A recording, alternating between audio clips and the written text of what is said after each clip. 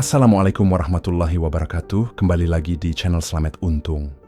Apa kabar teman-teman semua? Semoga sehat dan bahagia selalu. Sebelum masuk ke ceritanya, alangkah baiknya dukung channel ini agar bisa berkembang lagi dengan menekan tombol subscribe, like, dan aktifkan notifikasinya. Nah, nggak usah berlama-lama lagi, kita masuk ke ceritanya. Yanto menarik napas dalam-dalam saat bus yang ditumpanginya akhirnya memasuki jalan utama desa. Setelah bertahun-tahun bekerja di perantauan, akhirnya ia bisa pulang dan bertemu dengan istrinya, Sari. Kerinduan pada rumah dan suasana kampung membuat hatinya berdebar-debar. Ia ingin segera melihat wajah istrinya duduk di teras rumah dan menikmati udara segar desa. Saat bus berhenti di pertigaan dekat pasar, Yanto turun sambil mengangkat tas ranselnya. Ia melihat sekeliling. Jalanan desa tampak sepi. Biasanya, saat sore begini, banyak warga yang duduk-duduk di warung kopi atau anak-anak yang berlarian di jalan tanah. Namun, kali ini, suasananya terasa berbeda. Lebih sunyi, lebih dingin. Ia mulai berjalan menuju rumahnya yang berjarak sekitar 1 kilometer dari pertigaan. Di sepanjang jalan, Yanto melihat beberapa warga yang dikenalnya, tetapi mereka hanya memberikan senyum tipis tanpa banyak berbicara. Bahkan, Pak Rahmat, tetangga yang biasanya ramah, hanya mengangguk tanpa menyapa seperti dulu. Setelah 15 menit berjalan, akhirnya Yanto sampai di depan rumahnya. Rumah kayu sederhana itu masih berdiri seperti saat ia tinggalkan. Cat di dinding sudah mulai pudar, tetapi semuanya masih terlihat rapi. Ia mengetuk pintu beberapa kali, berharap Sari segera membukakan pintu. Tak lama, pintu terbuka dan Sari muncul dengan wajah terkejut sekaligus bahagia. "Mas Yanto!" serunya sebelum langsung memeluk suaminya dengan erat. Yanto tersenyum lega. "Aku pulang, Sari," katanya sambil membelai rambut istrinya. Mereka masuk ke dalam rumah dan Yanto meletakkan tasnya di sudut ruangan. Ia melihat ke sekeliling, memastikan tidak ada yang berubah. Rumah itu masih sama seperti dulu, hanya saja terasa lebih sunyi. Biasanya saat ia pulang, tetangga sering mampir untuk menyambutnya. Kali ini, tidak ada satupun yang datang. Saat malam tiba, Yanto dan Sari duduk di ruang tamu, berbincang tentang banyak hal. Yanto bercerita tentang pekerjaannya di kota, sedangkan Sari menceritakan tentang desa. Namun, ada sesuatu dalam cerita Sari yang membuat Yanto merasa tidak nyaman. "Kampung sepi, Mas. Banyak orang yang tiba-tiba pergi dan gak balik lagi," kata Sari sambil menatap suaminya dengan cemas. Yanto mengernyit. "Pergi kemana? Gak ada yang tahu. Ada yang bilang mereka merantau, tapi ada juga yang bilang mereka hilang." Yanto menghela napas. Ia merasa ada sesuatu yang janggal, namun karena ia baru saja pulang, ia memutuskan untuk tidak terlalu memikirkannya. Setelah berbincang cukup lama, Yanto akhirnya tidur. Namun di tengah malam, ia terbangun. Ada suara aneh dari luar rumah, seperti langkah kaki yang pelan tapi pasti. Yanto bangun dari tempat tidur dan berjalan ke jendela. Ia mengintip keluar, tetapi tidak melihat siapapun. Keesokan paginya, Yanto bangun lebih awal. Ia ingin berjalan-jalan mengelilingi desa, melihat apa saja yang berubah selama ia pergi. Saat berjalan melewati beberapa rumah, ia menyadari bahwa banyak rumah yang kosong, seperti tidak berpenghuni. Beberapa rumah bahkan terlihat terbengkalai. Di perjalanan, ia bertemu dengan Pak Rahmat yang sedang duduk di bangku depan rumahnya. "Pagi, Pak Rahmat," sapa Yanto. Pak Rahmat mengangkat wajahnya dan tersenyum kecil. "Pagi, Yanto. Kamu sudah lama pulang?" "Baru semalam, Pak," jawab Yanto. "Kenapa desa jadi sepi, Pak?" Pak Rahmat terdiam sejenak, lalu menghela napas. "Banyak orang yang hilang, Yanto." Yanto merasa penasaran. Sebelum ia sempat bertanya lebih lanjut, Pak Rahmat berdiri dan masuk ke dalam rumah tanpa berkata apa-apa lagi. Saat berjalan kembali ke rumah, Yanto melewati sebuah warung kecil di pinggir jalan. Warung itu tampak cukup ramai dibanding tempat lain. Tulisan di papan kayu yang menggantung di depan warung itu berbunyi "Jamu Sehat Darti". Nama itu terdengar familiar. Darti adalah seorang janda yang sudah lama tinggal di desa ini. Ia dikenal sebagai penjual jamu yang sering menawarkan ramuan kuat untuk pria dewasa. Yanto tidak terlalu memikirkan warung itu lebih lanjut. Ia melanjutkan perjalanannya pulang, tetapi tetap merasa ada yang aneh dengan kampungnya. Saat tiba di rumah, Sari sedang menyiapkan sarapan. "Mas, nanti kalau mau beli sesuatu, hati-hati ya," katanya tiba-tiba. Yanto mengerutkan kening. "Maksudmu apa?" Sari menunduk, seperti ragu untuk berbicara. "Aku nggak tahu pasti, Mas, tapi kalau bisa, jangan terlalu sering ke warung Darti." Yanto semakin penasaran. "Kenapa?" Sari menggigit bibirnya. "Banyak orang yang terakhir kali terlihat di sana sebelum mereka hilang." Yanto terdiam. Ia mencoba mengabaikan perasaan tidak nyaman yang mulai muncul. Namun dalam hati, ia tahu bahwa ada sesuatu yang tidak beres di desa ini. Ia hanya belum tahu apa. Sudah 3 hari sejak Yanto kembali ke kampungnya, tetapi ia masih merasa ada sesuatu yang aneh. Desa yang dulu terasa hidup kini lebih sepi. Orang-orang terlihat lebih pendiam, seperti takut membicarakan sesuatu. Beberapa rumah kosong membuat suasana semakin terasa mencekam. Sore itu, tubuh Yanto terasa lelah. Sejak pagi, ia membantu Sari membersihkan rumah dan memperbaiki beberapa perabot yang sudah rusak. Badannya pegal dan pikirannya masih penuh dengan pertanyaan tentang perubahan di desa. Ia teringat tentang warung jamu Darti yang ia lihat kemarin. Jamu kuatnya terkenal manjur, gumamnya dalam hati. Yanto memang bukan orang yang terlalu percaya dengan jamu, tapi tubuhnya benar-benar butuh tenaga ekstra. Lagi pula, dulu beberapa temannya di desa sering membeli jamu di warung Darti dan mengatakan kalau ramuan itu memang berkhasiat. Sebelum pergi, ia sempat menanyakan sesuatu pada Sari. "Sebenarnya, kenapa kamu bilang aku harus hati-hati kalau ke warung Darti?" Sari yang sedang memasak di dapur berhenti sejenak, lalu menoleh ke arah suaminya. "Mas, aku nggak mau kamu kenapa-kenapa. Darti itu aneh. Banyak orang yang sering beli jamu di sana, terus tiba-tiba pergi dan gak pernah balik." Yanto tersenyum kecil.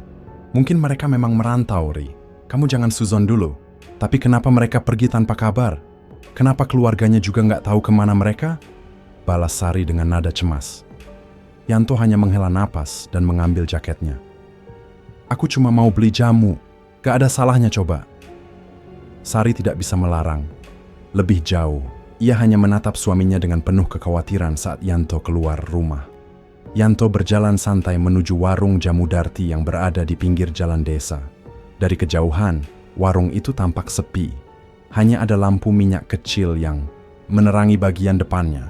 Papan kayu bertuliskan, "Jamu Sehat Darti," masih tergantung di atas pintu masuk. Sedikit kusam dan berdebu. Saat melangkah masuk, Yanto langsung mencium bau jamu yang khas, bercampur dengan sesuatu yang sedikit anyir. Hidungnya sedikit meringis, tapi ia mencoba mengabaikannya.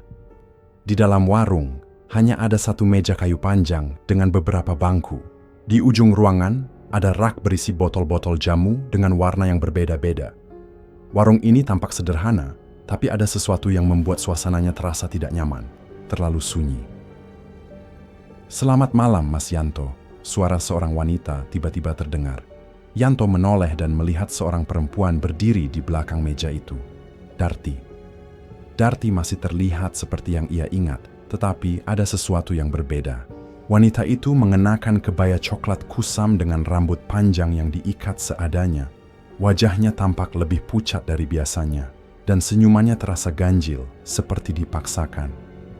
Yanto sedikit terkejut. Darti mengenal namanya. Bu Darti, kenal saya?" tanyanya sambil tersenyum sopan. Darti tertawa kecil. "Siapa yang nggak kenal Mas Yanto? Dulu sering main ke sini sama teman-temannya kan?" Yanto mencoba mengingat. Memang benar, dulu ia dan teman-temannya pernah beberapa kali nongkrong di warung ini, tapi itu sudah lama sekali. "Apa yang bisa saya bantu, Mas?" tanya Darti sambil menuangkan sesuatu ke dalam gelas kecil. "Saya mau beli jamu kuat, Bu. Badan lagi capek," jawab Yanto sambil menarik kursi dan duduk di dekat meja. Darti tersenyum lebih lebar. "Oh, tentu. Jamu saya masih seperti dulu, bahkan mungkin lebih manjur." Ia berbalik dan mengambil sebuah botol berisi cairan coklat pekat. Tanpa banyak bicara, ia menuangkan isinya ke dalam gelas dan mendorongnya ke arah Yanto. "Minumlah, Mas. Ini racikan khusus." Yanto menatap gelas itu sejenak. Bau jamu itu lebih menyengat dari biasanya. Ada aroma rempah yang kuat, bercampur dengan sesuatu yang asing.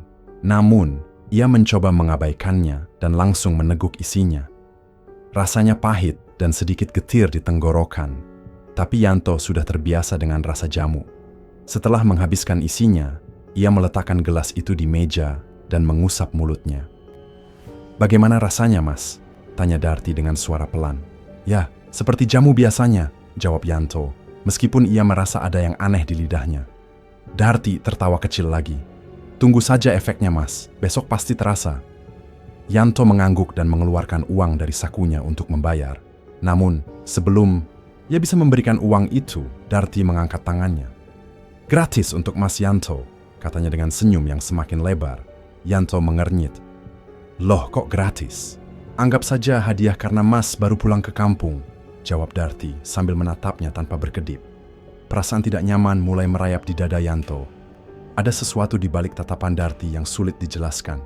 Sesuatu yang membuat bulu kuduknya meremang, namun ia tidak ingin berpikir macam-macam. "Baiklah, terima kasih Bu Darti," katanya sambil bangkit dari kursi. Saat Yanto beranjak keluar, ia merasa ada sesuatu yang aneh di belakangnya, seperti ada yang mengawasinya. Ia menoleh sekilas dan melihat Darti masih berdiri di tempatnya, menatapnya dengan senyum yang sama, tanpa bergerak sedikit pun. Yanto mempercepat langkahnya, ingin segera keluar dari warung itu.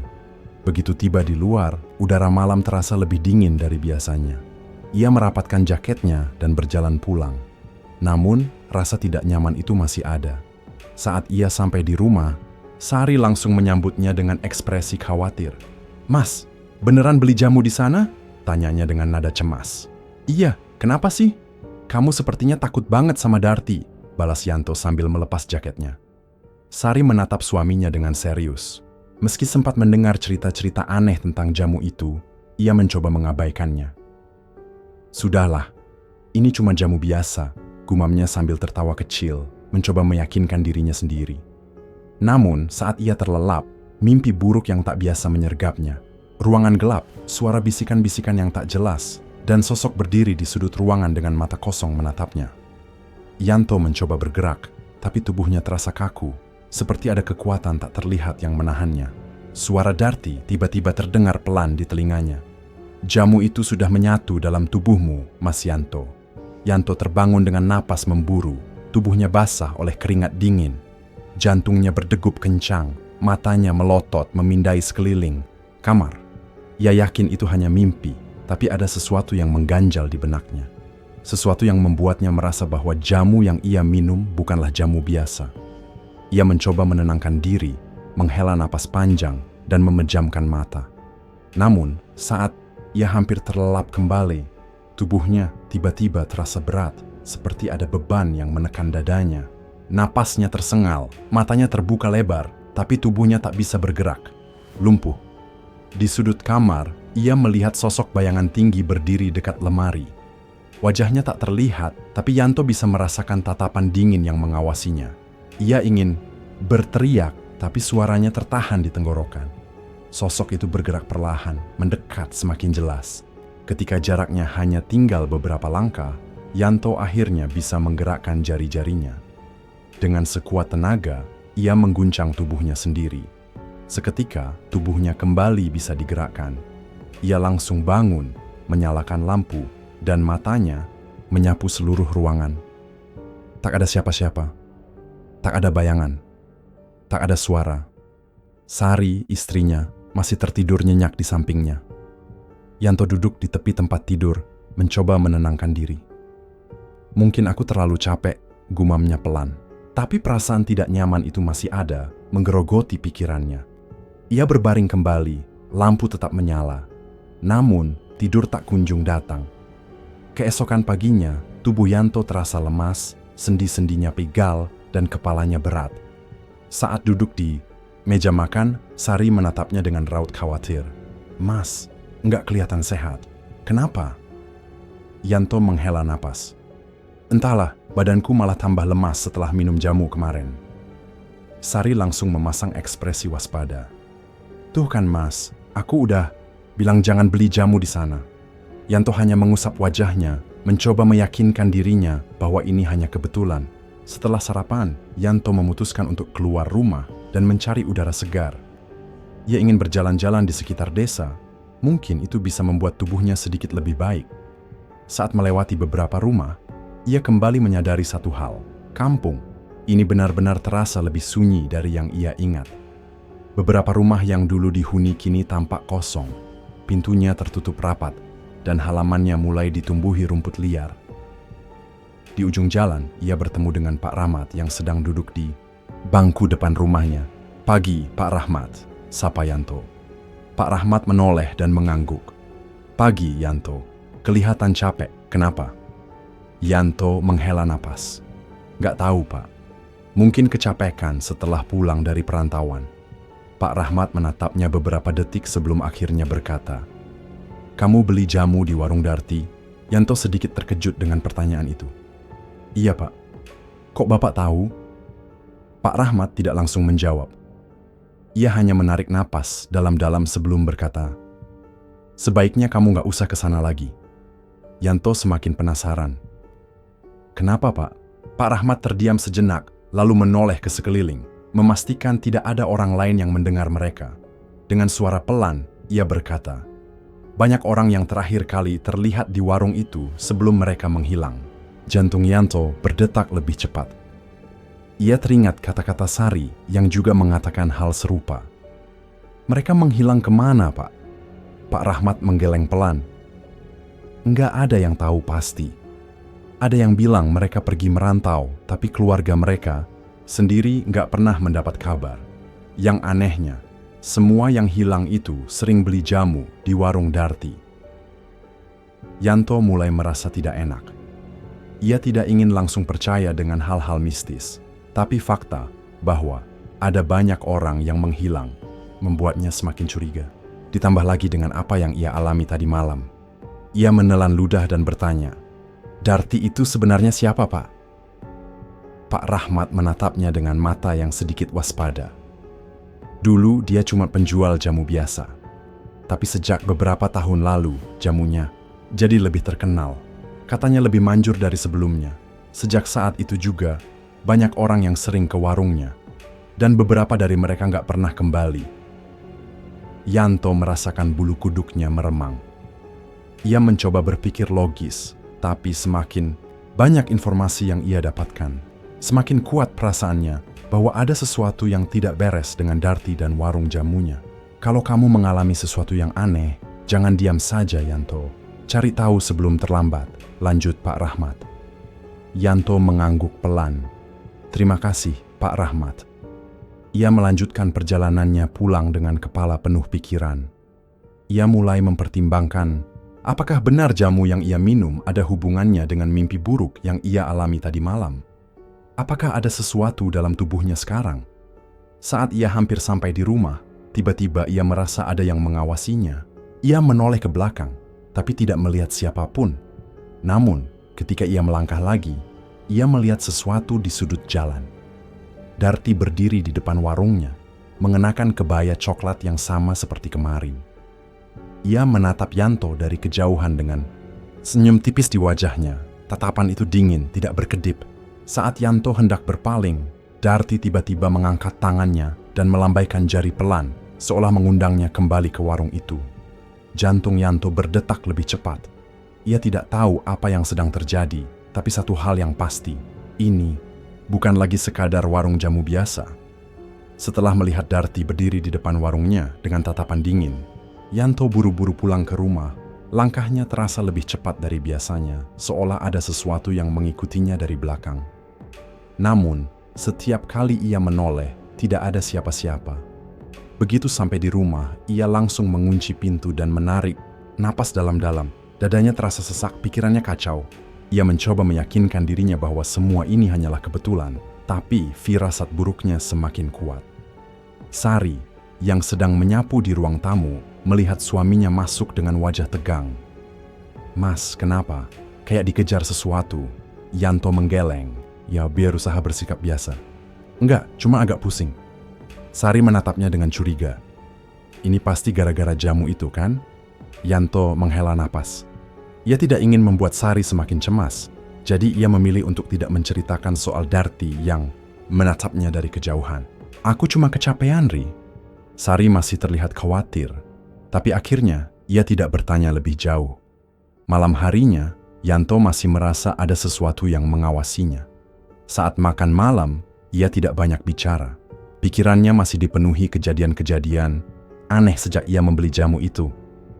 Mas, yakin gak mau periksa ke Pak Dukun atau orang pintar di kampung? Tanya Sari pelan. Yanto menoleh. Kamu pikir ini ada hubungannya sama hal gaib? Sari menatapnya serius. Aku gak tahu, Mas. Tapi kalau kamu terus merasa gak enak sejak minum jamu itu, kenapa gak coba cari tahu? Yanto terdiam. Sebenarnya, ia sendiri sudah mulai berpikir untuk mencari jawaban, tapi ia masih belum yakin harus mulai dari mana. Setelah makan malam, mereka tidur lebih awal. Namun, malam itu ternyata lebih buruk dari malam sebelumnya. Sekitar tengah malam, Yanto terbangun dengan perasaan tidak nyaman. Badannya terasa dingin, meskipun ia sudah berselimut. Ia membuka matanya perlahan. Lampu kamar sudah dimatikan, hanya ada cahaya redup dari luar jendela. Namun, ada sesuatu yang membuatnya langsung sadar sepenuhnya. Di sudut kamar, tepat di dekat lemari, sosok bayangan itu kembali muncul. Jantung Yanto berdegup kencang. Kali ini, ia bisa melihat lebih jelas. Sosok itu berbentuk seperti manusia, tapi tubuhnya lebih kurus dan tinggi. Wajahnya masih tidak terlihat jelas dalam kegelapan, tapi Yanto bisa merasakan tatapan yang menusuk dari arah bayangan itu. Tubuhnya kembali terasa berat. Ia tidak bisa bergerak, tidak bisa berteriak. Bayangan itu mulai melangkah mendekat. Setiap langkahnya terdengar seperti gesekan kain dengan lantai. Semakin dekat, semakin jelas. Yanto ingin berteriak, membangunkan Sari, tapi suaranya tidak keluar. Napasnya terasa sesak. Lalu suara itu terdengar pelan, berbisik. Jamu itu sudah menyatu dengan tubuhmu, Yanto. Mata Yanto membelalak. Itu suara Darti. Bayangan itu semakin mendekat. Yanto bisa merasakan dinginnya udara di sekitarnya. Lalu tiba-tiba semuanya menghilang. Tubuh Yanto bisa bergerak lagi. Ia langsung bangun dengan napas terengah-engah. Sari yang terbangun karena gerakannya langsung menoleh. Mas, kenapa? Yanto masih terengah-engah. Ia melihat ke sudut kamar. Tidak ada siapa-siapa. Lemari masih di tempatnya, dan kamar terlihat normal seperti biasa. Namun, keringat dingin membasahi tubuhnya. Ia tahu apa yang ia lihat tadi bukan sekadar mimpi. Mas, mimpi buruk lagi? Tanya Sari. Suaranya dipenuhi kecemasan. Yanto mengangguk pelan. Tapi, rasanya nyata. Ada sesuatu di kamar ini. Sari menggenggam tangan suaminya. Mas, aku takut. Jangan-jangan ini benar-benar gara-gara jamu itu. Yanto menghela napas panjang. Ia tidak bisa mengabaikan semua kejadian ini lagi. Ia harus mencari tahu apa yang sebenarnya terjadi. Keesokan paginya, tanpa memberitahu Sari, Yanto memutuskan untuk kembali ke warung Darti. Ia tidak akan membeli jamu lagi, tapi ia ingin mencari tahu sesuatu. Saat ia sampai di depan warung, tempat itu tampak sepi seperti sebelumnya. Pintu kayu warung Darti sedikit terbuka dan tidak ada tanda-tanda pembeli lain. Yanto melangkah masuk dengan hati-hati. Di dalam, Darti sedang duduk di belakang meja, seolah sudah menunggunya. Mas Yanto datang lagi, kata Darti dengan senyum tipis. Apa jamunya sudah terasa khasiatnya? Yanto menatapnya tajam, mencoba menahan rasa tidak nyaman yang merayap di tubuhnya. Saya mau tanya sesuatu, Bu Darti. Darti tersenyum, seolah sudah tahu apa yang akan ditanyakan Yanto. Silakan, Mas. Saya akan menjawab kalau saya bisa. Yanto menguatkan hatinya. Jamu yang saya minum, ada sesuatu di dalamnya, kan? Darti menatapnya tanpa berkedip, senyumnya tetap terpampang di wajah. Mas merasa ada yang berbeda sejak minum jamu itu? Saya mengalami hal-hal aneh, mimpi buruk, badan saya terasa aneh. Yanto ragu sejenak, lalu melanjutkan. Saya merasa ada sesuatu yang mengikuti saya. Darti tertawa pelan, suaranya seperti gemerisik daun kering. Mas Yanto pasti terlalu banyak berpikir. Jamu saya hanya ramuan biasa, tidak ada yang aneh. Tapi Yanto tidak percaya begitu saja. Ia memperhatikan setiap gerakan Darti dan matanya tertarik pada sesuatu yang janggal di belakang warung. Ada pintu kecil yang sedikit terbuka. Dari celahnya, Yanto bisa melihat ruangan gelap dengan cahaya merah redup di dalamnya. Seketika, perasaannya semakin tidak enak. "Bu Darti, apa yang ada di dalam ruangan itu?" tanyanya dengan suara bergetar. Darti langsung menjawab, senyumnya perlahan menghilang dan ekspresinya berubah menjadi lebih serius. "Mas Yanto tidak perlu tahu," katanya singkat. Suaranya dingin seperti es. Tapi Yanto tidak bisa mengabaikannya. Ia merasa ada sesuatu yang disembunyikan di dalam sana dan ia harus mencari tahu. Dengan hati-hati, ia melangkah mendekati pintu itu. Namun, sebelum ia bisa melihat lebih jauh, Darti tiba-tiba berkata dengan suara rendah, "Mas Yanto, sebaiknya pulang." Suasana di dalam warung tiba-tiba terasa lebih dingin. Darti menatapnya tanpa senyum, dan ada sesuatu di balik matanya yang membuat Yanto merinding. Yanto tidak punya pilihan. Ia mundur perlahan, lalu keluar dari warung itu tanpa berkata apa-apa lagi. Namun ia sudah yakin satu hal. Ada sesuatu yang mengerikan di dalam warung jamu Darti, dan ia harus mencari tahu sebelum semuanya terlambat. Yanto berjalan pulang dengan pikiran kacau. Pertemuannya dengan Darti di warung tadi membuatnya semakin yakin bahwa ada sesuatu yang disembunyikan di tempat itu. Tatapan mata Darti saat ia menanyakan ruangan gelap di belakang warung benar-benar membuatnya tidak nyaman. Saat sampai di rumah, Sari langsung menyambutnya dengan raut wajah khawatir. "Mas, dari mana?" tanyanya curiga. Yanto menghela napas, mencoba menyusun kata-kata agar istrinya tidak semakin panik. "Aku cuma jalan-jalan sebentar." Sari mengerutkan dahi. "Jalan-jalan kemana? Wajah Mas kelihatan gak tenang." Yanto ragu sejenak, lalu akhirnya berkata, "Jujur, aku ke warung Darti lagi." Mata Sari langsung membesar. "Mas, kenapa ke sana lagi? Aku udah bilang jangan dekat-dekat tempat itu." Yanto mencoba menenangkan istrinya. "Aku cuma mau cari tahu, Ri. Aku gak beli apa-apa." Sari terlihat semakin gelisah. Ia menggigit bibirnya sebelum berkata pelan, "Mas, aku benar-benar takut. Aku udah dengar banyak cerita soal warung itu. Orang-orang bilang Darti bukan manusia biasa." Yanto menatap istrinya serius. "Kamu tahu sesuatu?" Sari menghela napas dalam-dalam sebelum duduk di kursi. "Aku nggak tahu banyak, tapi dulu ada beberapa orang yang sering beli jamu di sana, dan mereka hilang." Yanto sudah mendengar hal yang sama dari Pak Rahmat. Tapi kali ini ia ingin mendapatkan lebih banyak informasi. "Siapa aja yang hilang, Ri?" Sari berpikir sejenak, lalu menyebut beberapa nama. Yanto mengenali beberapa di antaranya.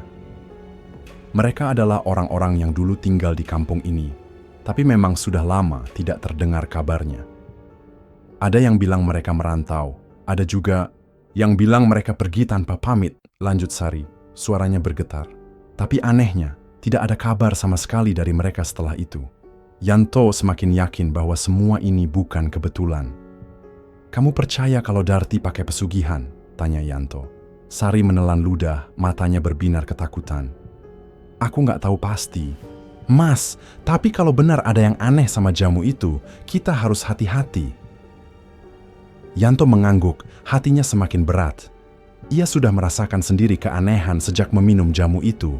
Mimpi buruk, bayangan hitam di kamar, dan perasaan selalu diawasi. Imagine ia harus mencari tahu lebih jauh. Malam itu Yanto tidak bisa tidur. Pikirannya terus-menerus kembali ke warung Darti, ke pintu kecil yang mengarah ke ruangan gelap di belakangnya. Apa yang ada di dalam sana? Ia memutuskan bahwa ia tidak bisa tinggal diam.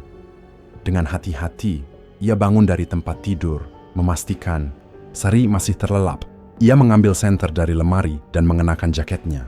Dan akan kembali ke warung Darti, tapi kali ini ia tidak akan masuk melalui pintu depan. Kampung sepi ketika Yanto keluar dari rumah. Hanya suara jangkrik dan sesekali gonggongan anjing yang terdengar. Ia berjalan menyusuri jalan setapak menuju warung Darti, memastikan langkahnya tidak menimbulkan suara. Saat ia sampai di dekat warung, ia berhenti sejenak di balik pohon, mengamati sekeliling. Warung itu tampak gelap, tidak ada cahaya sedikit pun. Tapi anehnya, Pintu kayu yang tadi siang terbuka kini tertutup rapat. Yanto berjongkok dan mengintip dari samping.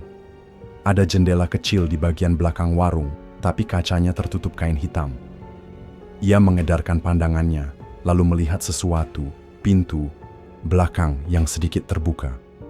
Jantungnya berdebar. Ini kesempatan satu-satunya. Dengan hati-hati, ia melangkah mendekati pintu belakang. Tangannya sedikit gemetar saat ia mendorongnya perlahan. Pintu itu berderit pelan, cukup untuk membuat bulu kuduknya meremang. Di dalam, suasana sangat gelap dan pengap. Bau dupa yang menyengat menusuk hidungnya. Yanto menyalakan senter dan mengarahkan cahayanya ke sekeliling. Ruangan ini tidak seperti bagian depan warung yang terlihat seperti tempat usaha biasa. Di sini, dindingnya dipenuhi kain hitam dan ada meja kayu di tengah ruangan dengan beberapa mangkuk berisi cairan merah. Dada Yanto semakin berdebar saat ia melihat sesuatu di sudut ruangan. Sebuah kasur tipis tergeletak di lantai dan di atasnya ada kain putih yang menutupi sesuatu. Bentuknya seperti tubuh manusia. Yanto menelan ludah. Ia ingin pergi dari sini, tapi rasa penasaran membuatnya tetap berdiri.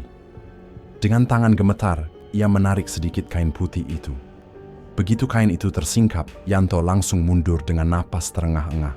Di bawah kain itu terlihat sesosok tubuh yang sudah mengering, seperti mayat yang sudah lama ditinggalkan. Matanya tertutup dan wajahnya terlihat pucat dengan bibir yang menghitam. Yanto menutup mulutnya agar tidak berteriak. Ia ingin segera keluar dari sini, tapi sebelum ia bisa bergerak, terdengar suara langkah kaki dari ruangan lain.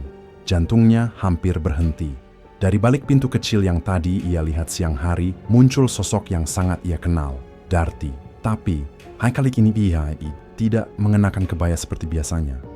Ia mengenakan kain hitam panjang, dan wajahnya tampak berbeda, lebih pucat, lebih menakutkan. Dari tadi aku sudah tahu Mas Yanto ada di sini, katanya dengan suara rendah, dingin seperti angin malam. Yanto mundur perlahan, tapi Darti melangkah mendekat. Kamu sudah melihat sesuatu yang tidak seharusnya kamu lihat? Lanjutnya, senyum tipisnya mengerikan. Yanto menelan ludah. Ia harus keluar dari sini sekarang juga. Tanpa berpikir panjang, ia berbalik dan berlari ke arah pintu belakang. Tapi sebelum ia bisa keluar, sesuatu menarik kakinya. Ia jatuh tersungkur, senter terlempar dari tangannya. Saat ia berusaha bangun, ia melihat sesuatu di lantai. Bayangan hitam bergerak seperti kabut tebal, merayap ke arahnya. Di tengah kabut itu, muncul tangan kurus dengan kuku panjang, menggapai ke arahnya. Yanto ingin berteriak, tapi suara itu tidak keluar. Dalam hitungan detik, semuanya menjadi gelap. Yanto membuka matanya dengan kepala yang terasa berat. Pandangannya masih buram, dan tubuhnya terasa lemas. Sekelilingnya gelap, hanya ada sedikit cahaya cemaram dari lilin yang berkedip-kedip di sudut ruangan. Ia mencoba menggerakkan tangannya, tapi terasa kaku. Saat ia mencoba duduk, barulah ia menyadari bahwa tangannya terikat di belakang kursi. Napasnya memburu, jantungnya berdebar kencang. "Aku di mana?" gumamnya pelan. Ia berusaha mengingat apa yang terjadi terakhir kali ia sadar. Ia berada di dalam warung Darti, menemukan mayat mengering di bawah kain putih. Lalu ia melihat sesuatu, bayangan hitam yang bergerak, tangan kurus dengan kuku panjang yang merayap ke arahnya. Setelah itu, semuanya gelap. Suara langkah kaki terdengar mendekat. Jantung Yanto semakin berdebar. Ia menoleh ke arah sumber suara. Dari balik bayangan, Darti muncul dengan ekspresi tenang. Ia masih mengenakan kain hitam panjang, wajahnya tetap pucat dan tanpa emosi. "Kamu seharusnya tidak pernah masuk ke sini, Mas Yanto," kata Darti dengan suara pelan, dingin seperti angin malam. Si Yanto berusaha tetap tenang. "Bu Darti, apa yang sebenarnya terjadi di sini?" Darti tidak langsung menjawab. Ia mengambil sebuah mangkuk dari meja kayu di sebelahnya, lalu mengaduk isinya dengan pelan. "Kamu sudah melihat apa yang ada di dalam ruangan ini?" katanya akhirnya. "Sekarang kamu juga harus menerima konsekuensinya." Yanto menelan ludah. "Konsekuensi? Maksudnya apa?" Darti menoleh dan menatapnya tajam. "Aku tidak bisa membiarkanmu pergi begitu saja setelah melihat semua ini." Yanto merasakan keringat dingin mengalir di pelipisnya. Ia mencoba menggoyangkan kursi, tapi ikatannya sangat kuat. Darti melangkah mendekat. Kamu tahu, Mas Yanto, semua ini terjadi bukan tanpa alasan. Yanto diam, menunggu Darti melanjutkan. Aku tidak seperti orang lain di kampung ini, lanjut Darti, suaranya bergetar dengan nada yang menyeramkan. Aku punya sesuatu yang harus aku jaga, dan untuk menjaga itu, aku membutuhkan tumbal. Jantung Yanto serasa berhenti berdetak. Tumbal? Darti tersenyum tipis, senyum yang membuat bulu kuduk Yanto meremang. Jamu yang aku jual bukan jamu biasa. Setiap orang yang meminumnya, tubuh mereka menjadi bagian dari ritual ini. Yanto semakin pucat. Kini semuanya masuk akal. Kenapa orang-orang yang sering membeli jamu Darti tiba-tiba menghilang tanpa jejak? Kamu sudah melihat mayat itu kan? Tanya Darti. Yanto menelan ludah dan mengangguk pelan. Itu adalah orang-orang sebelum kamu, kata Darti dengan nada santai, seolah sedang membicarakan sesuatu yang biasa. Setelah mereka minum jamu, mereka akan mengalami mimpi buruk, perasaan selalu diawasi, dan akhirnya tubuh mereka akan melemah. Yanto merasakan tubuhnya semakin gemetar. Ia ingat betul sejak meminum jamu itu, ia mengalami mimpi buruk dan perasaan tidak nyaman. Kamu membunuh mereka? Tanyanya dengan suara gemetar. Darti tertawa pelan, suaranya seperti gemerisik daun kering. Aku tidak perlu membunuh mereka dengan tanganku sendiri. Mereka datang ke sini dengan sendirinya, seperti kamu. Yanto berusaha berpikir jernih. Ia harus mencari cara untuk keluar dari tempat ini.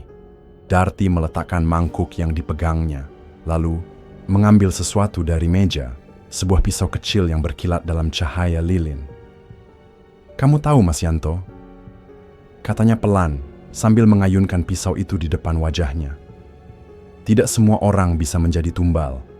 Hanya mereka yang memiliki energi tertentu yang bisa diterima oleh roh penjaga. Darti berjalan perlahan mendekati Yanto, mengangkat pisau itu di depan wajahnya. Kamu salah satu yang terpilih. Yanto menggertakkan giginya. Ia tidak akan tinggal diam menunggu mati. Dengan sekuat tenaga, ia menggoyangkan kursi tempatnya terikat, mencoba melepaskan diri dari ikatan yang mengikatnya. Tapi Darti sudah terlalu dekat dan pisau itu semakin mendekat ke arahnya. Kursi itu bergeser sedikit, tapi belum cukup untuk membuatnya lepas. Darti menghela napas dan berjongkok di depan Yanto. Kamu bisa membuat ini lebih mudah kalau tidak melawan, katanya dengan suara yang dingin dan menyeramkan. Yanto tidak peduli. Ia terus menggoyangkan tubuhnya, berusaha meronta dari ikatan, tapi tali yang mengikatnya terlalu kuat. Darti menggeleng, wajahnya menunjukkan kekecewaan. Sayang sekali, ia mengangkat pisaunya. Mata Yanto membelalak, bersiap menerima serangan. Tapi sebelum pisau itu menyentuh kulitnya, tiba-tiba terdengar suara keras dari luar. Darti tersentak dan menoleh ke arah pintu. Yanto juga menoleh. Dari luar, terdengar suara seseorang berteriak. Bu Darti, keluar sekarang juga. Itu suara Pak Rahmat. Yanto merasakan harapan mulai muncul di dadanya. Darti terlihat marah. Ia berdiri dan berjalan cepat ke arah pintu. Kesempatan ini tidak boleh disia-siakan. Yanto menarik napas dalam dan mulai menggoyangkan kursinya lebih keras. Tali di tangannya sedikit mengendur, tapi masih belum cukup untuk melepaskan dirinya. Dari luar, terdengar suara lebih banyak orang. Bu Darti, kami tahu apa yang terjadi di sini. Suara itu terdengar seperti suara beberapa warga kampung. Yanto bisa mendengar kegaduhan di luar. Warung Darti terlihat panik. Ia berdiri di depan pintu, tampak ragu. Kesempatan ini harus dimanfaatkan. Dengan sekuat tenaga, Yanto menggerakkan tubuhnya ke belakang, lalu menjatuhkan kursinya ke lantai. Tubuhnya menghantam lantai keras, tapi ikatannya sedikit mengendur. Yitro menarik napas panjang, menggoyangkan tangannya lebih keras. Terdengar suara warga mencoba mendobrak pintu depan warung. Darti berbalik dengan wajah penuh amarah. Tidak ada yang boleh keluar dari sini. Tapi terlambat.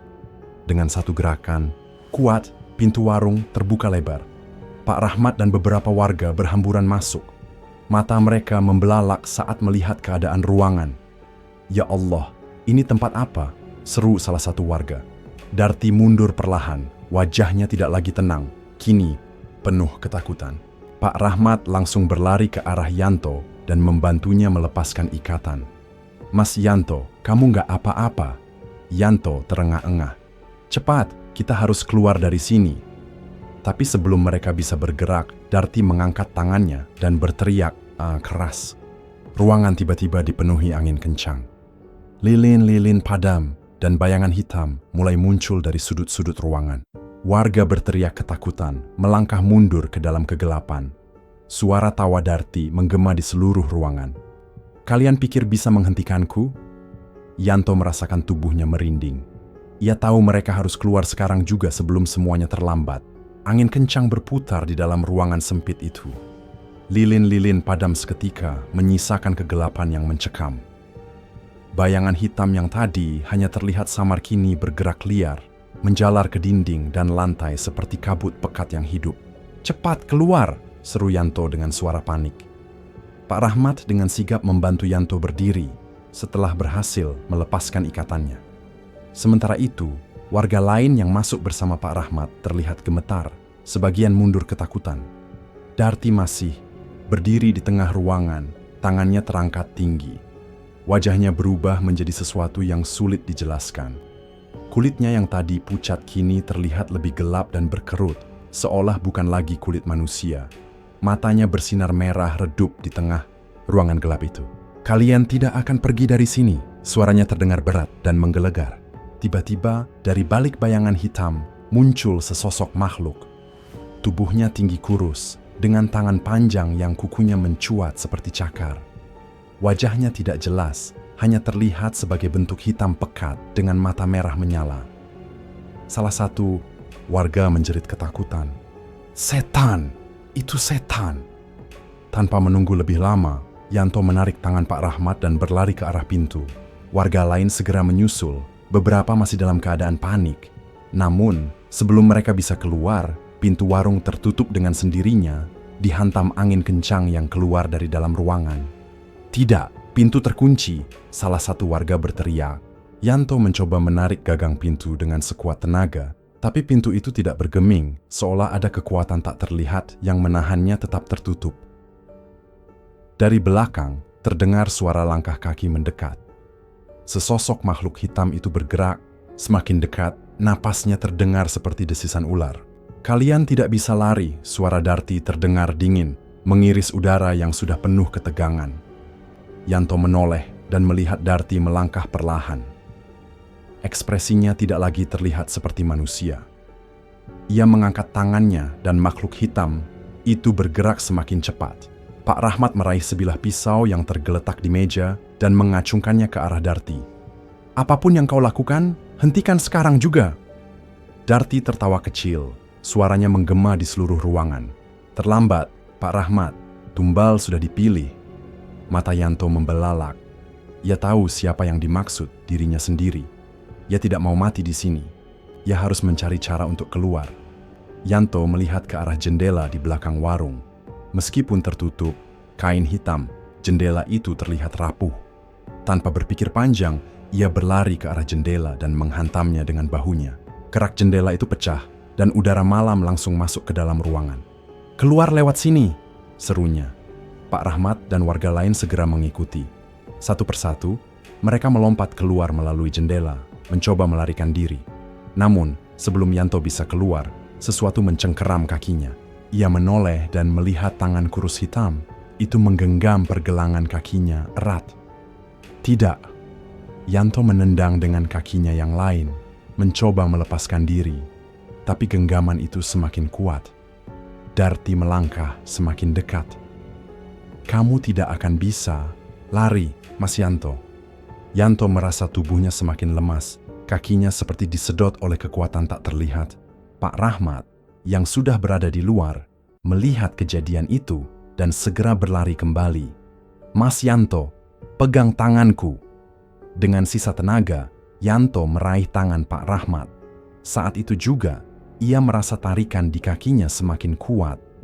Pak Rahmat menarik Yanto dengan sekuat tenaga, sementara Yanto berusaha menendang tangan hitam yang mencengkeram kakinya. Lalu, terdengar suara keras.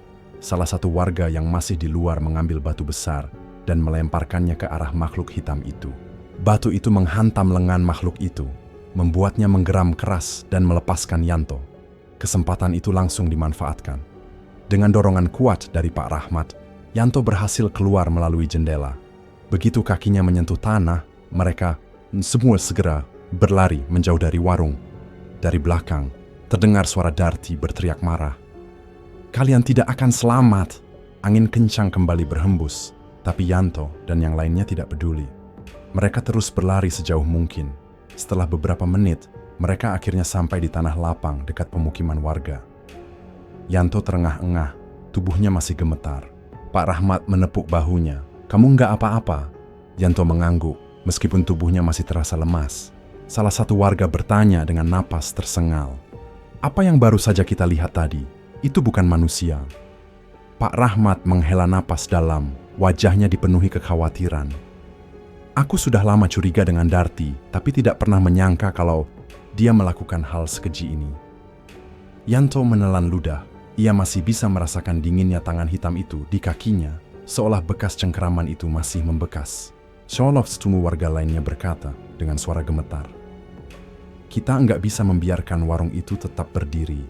Ini harus dihentikan." Semua orang terdiam, suasana tegang menggantung di udara. Yanto akhirnya berbicara, suaranya tegas meski masih terasa getar.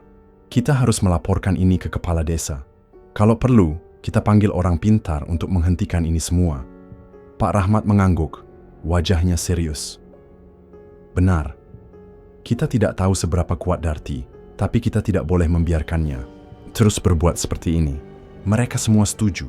Malam itu, mereka tidak kembali ke rumah masing-masing. Sebagai gantinya, mereka berkumpul di rumah kepala desa untuk menceritakan apa yang mereka alami. Yanto tahu ini belum selesai. Darti masih ada di luar sana, dan ia yakin Darti tidak akan diam begitu saja. Malam itu, rumah kepala desa, Pak Sarman, dipenuhi oleh warga yang masih syok dengan kejadian di warung jamu Darti. Yanto duduk di sudut ruangan, masih merasakan dinginnya tangan hitam yang tadi mencengkeram kakinya. Napasnya sudah mulai teratur, tetapi pikirannya masih penuh dengan pertanyaan.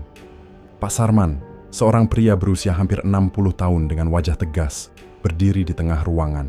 Ia menatap semua orang dengan sorot mata serius. "Apa yang kalian alami barusan bukan sesuatu yang biasa," katanya, suaranya berat. "Ini bukan sekadar kejahatan manusia, tapi sudah melibatkan kekuatan gaib." Semua orang mengangguk setuju. Pak Rahmat maju ke depan, wajahnya penuh ketegangan. "Saya sendiri melihat bagaimana Darti berubah. Itu bukan manusia lagi." Seorang warga lain menimpali, suaranya gemetar. "Saya juga melihat bayangan hitam itu. Itu bukan hal yang wajar." Pak Sarman menghela napas panjang, tangannya mengepal di atas meja. "Sebenarnya sudah lama saya mendengar desas-desus tentang Darti. Beberapa orang bilang ada yang aneh dengan warung jamunya. Beberapa pelanggan yang sering beli di sana mendadak hilang tanpa jejak. Tapi saya tidak punya bukti."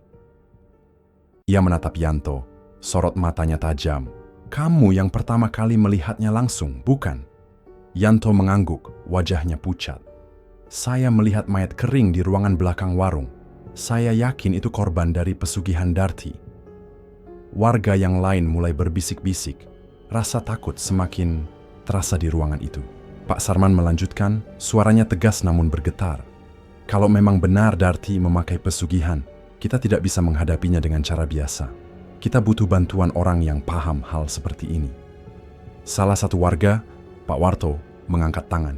"Saya kenal seseorang, namanya Mbah Wiryo. Dia dukun yang sudah lama tinggal di desa sebelah. Dulu dia pernah membantu kita saat ada kejadian aneh di sawah." Pak Sarman mengangguk, wajahnya sedikit lega.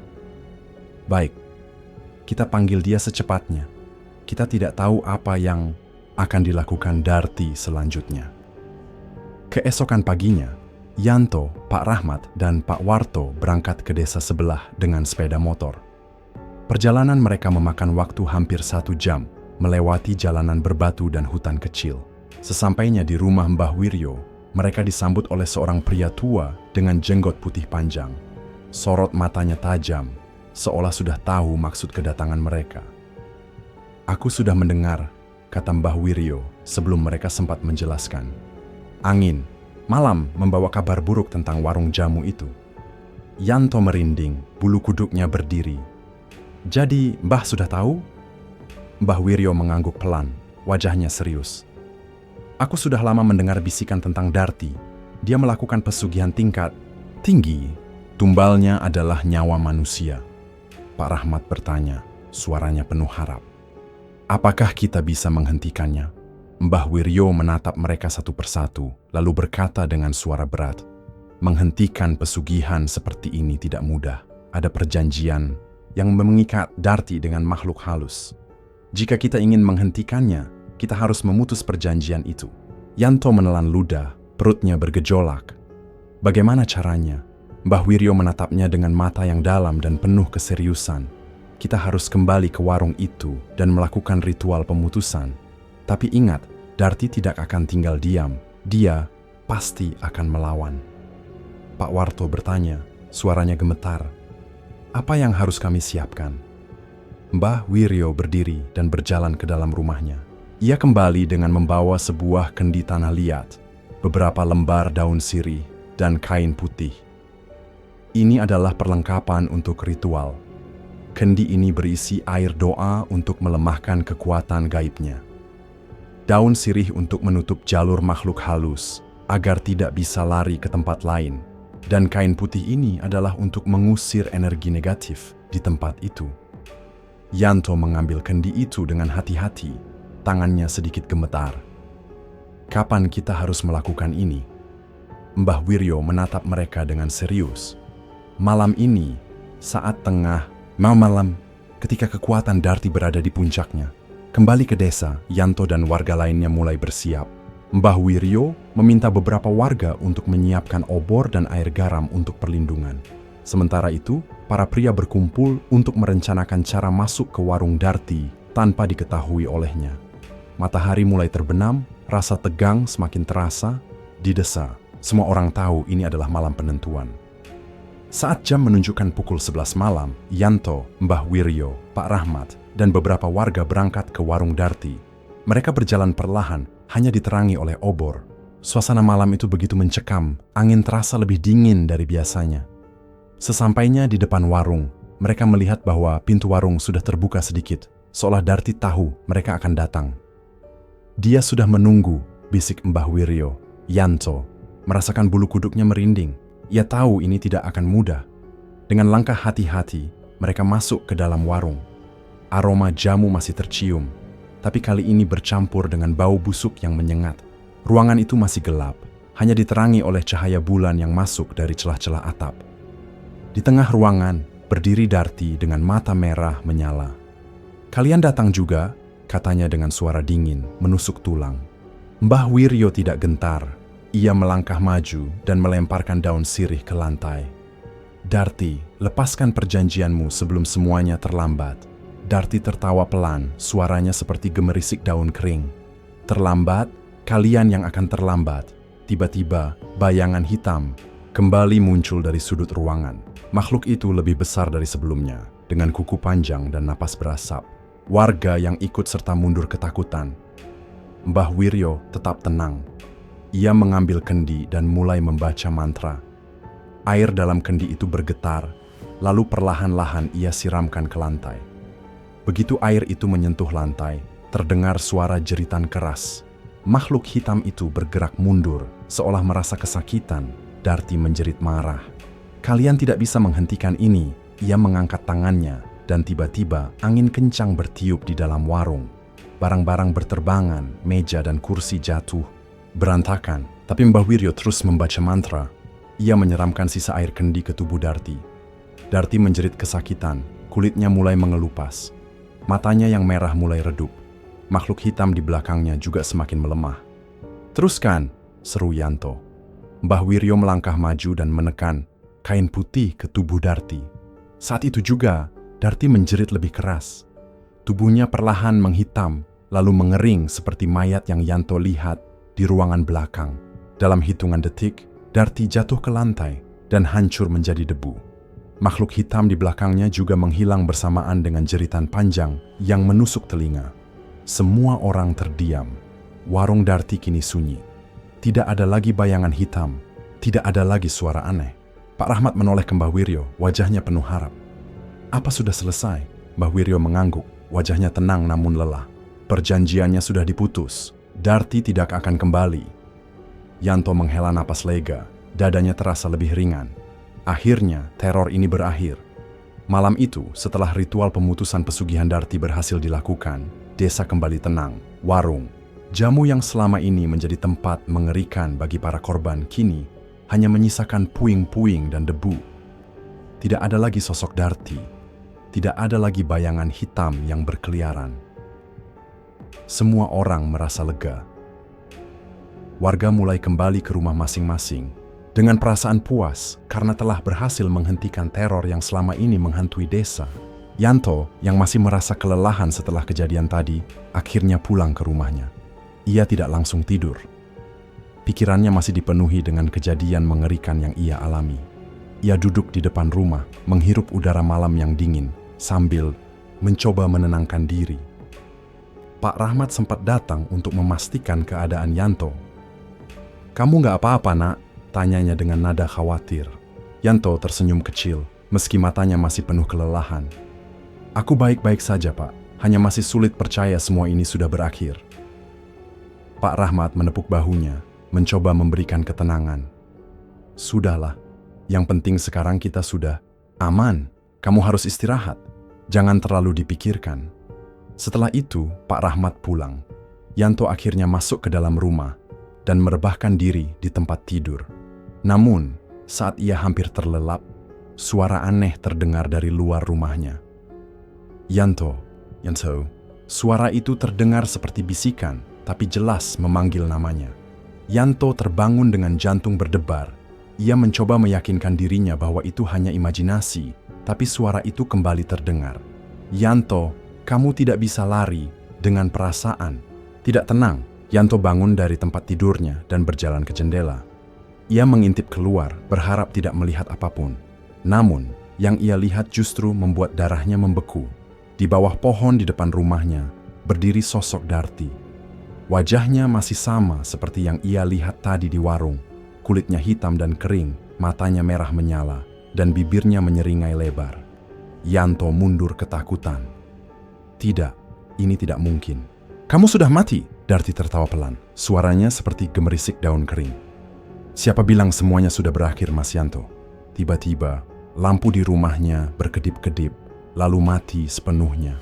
Rumahnya menjadi gelap gulita. Jantung Yanto berdegup kencang. Ia mundur perlahan, meraih kayu yang ada di dekat tempat tidurnya untuk berjaga-jaga.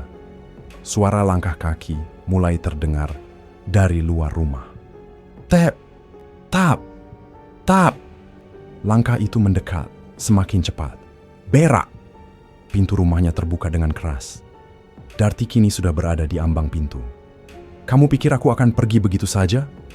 Tanyanya dengan suara dingin, menusuk tulang. Yanto mencoba melawan ketakutannya. Ia mengangkat kayu di tangannya, bersiap untuk menyerang. "Pergi dari sini!" teriaknya, meski suaranya gemetar. Darti tertawa lagi, kali ini lebih keras. "Kamu masih belum mengerti, ya? Perjanjian itu belum selesai. Warungku masih membutuhkan tumbal." Yanto semakin gemetar. "Tidak, tidak mungkin. Kita sudah memutus pesugihanmu." Darti melangkah lebih dekat, matanya menyala seperti bara. "Memutus pesugihan tidak semudah itu, Mas Yanto. Ada satu aturan dalam perjanjian ini. Jika seseorang mengganggu pesugihanku, maka nyawanya yang akan menggantikannya." Mata Yanto membelalak. Tiba-tiba tubuh Yanto terasa berat. Kakinya tidak bisa digerakkan, seolah ada sesuatu yang mengikatnya di tempat. Darti mengangkat tangannya, dan Yanto merasakan sesuatu yang dingin merayap di tubuhnya. Dadanya sesak, seperti ada tangan tak terlihat yang mencengkeramnya. Enggak. Tolong!" Yanto berusaha berteriak, tapi suaranya seolah menghilang. Matanya mulai berkunang-kunang, napasnya semakin pendek. Darti semakin mendekat, senyumnya lebar dan mengerikan. "Kamu milikku sekarang, Mas Yanto." Dalam sekejap, Tubuh Yanto tersedot ke dalam kegelapan. Suara jeritannya menggema di seluruh rumah sebelum akhirnya semuanya sunyi. Pagi itu, warga desa dikejutkan dengan kabar mengerikan. Pak Rahmat yang datang ke rumah Yanto menemukan pintu rumahnya terbuka lebar. Ia memanggil-manggil nama Yanto, tapi tidak ada jawaban. Saat ia masuk ke dalam rumah, ia melihat sesuatu yang membuatnya menjerit ngeri. Di tengah ruangan, Yanto tergeletak di lantai. Tubuhnya kering seperti mayat yang sudah lama mati. Kulitnya menghitam, matanya kosong, dan wajahnya penuh dengan ekspresi ketakutan. Warga yang datang melihat kejadian itu pun ketakutan. Astaga, apa yang terjadi dengan Yanto? Pak Sarman datang dan segera melihat kondisi ini. Ini seperti korban pesugihan, katanya dengan suara berat. Pak Rahmat jatuh, terduduk, wajahnya pucat. Tidak mungkin, bukankah kita sudah menghentikan Darti? Namun, salah satu warga yang lebih tua menggelengkan kepala, matanya penuh ketakutan. Mungkin pesugihan itu tidak bisa dihentikan begitu saja. Selama masih ada perjanjian, tumbal akan tetap dibutuhkan. Semua warga terdiam, suasana tegang menggantung di udara. Saat itu, seseorang melihat sesuatu di tanah dekat tubuh Yanto. Ada tulisan yang tercoret di lantai dengan darah. Warung ini masih butuh nyawa. Suasana mendadak hening. Semua warga saling berpandangan dengan wajah pucat. Pak Rahmat menggenggam tangannya erat, menahan ketakutan yang mulai menjalar. Berarti ini belum selesai, bisiknya. Suaranya hampir tidak terdengar, tak ada yang menjawab. Angin pagi bertiup pelan, membawa aroma jamu yang samar-samar tercium dari arah bekas warung Darti yang kini sudah rata dengan tanah. Beberapa warga yang masih berdiri mulai merasakan bulu kuduk mereka berdiri. Di kejauhan, di sudut desa yang sepi, terdengar suara tawa lirih yang nyaris tidak terdengar. Darti mungkin telah menghilang, tapi jejaknya masih ada. Dan warung itu, meski sudah hancur, masih meminta tumbal. Cerita pun akhirnya selesai sampai di sini. Terima kasih untuk kalian semua yang sudah menyimak video kali ini. Bagaimana menurut kalian kisah ini? Banyak sekali pembelajaran yang dapat kita ambil dari cerita kali ini. Semoga kalian bisa terhibur dan juga bisa mengambil nilai-nilai positifnya dari channel ini. Jangan lupa like, komentar, dan share. Subscribe untuk kalian yang belum dan nyalakan tombol lonceng notifikasinya agar kalian tidak ketinggalan video terbaru selanjutnya dari channel ini. Sekian, terima kasih. Sampai berjumpa di video terbaru selanjutnya. Wassalamualaikum warahmatullahi wabarakatuh.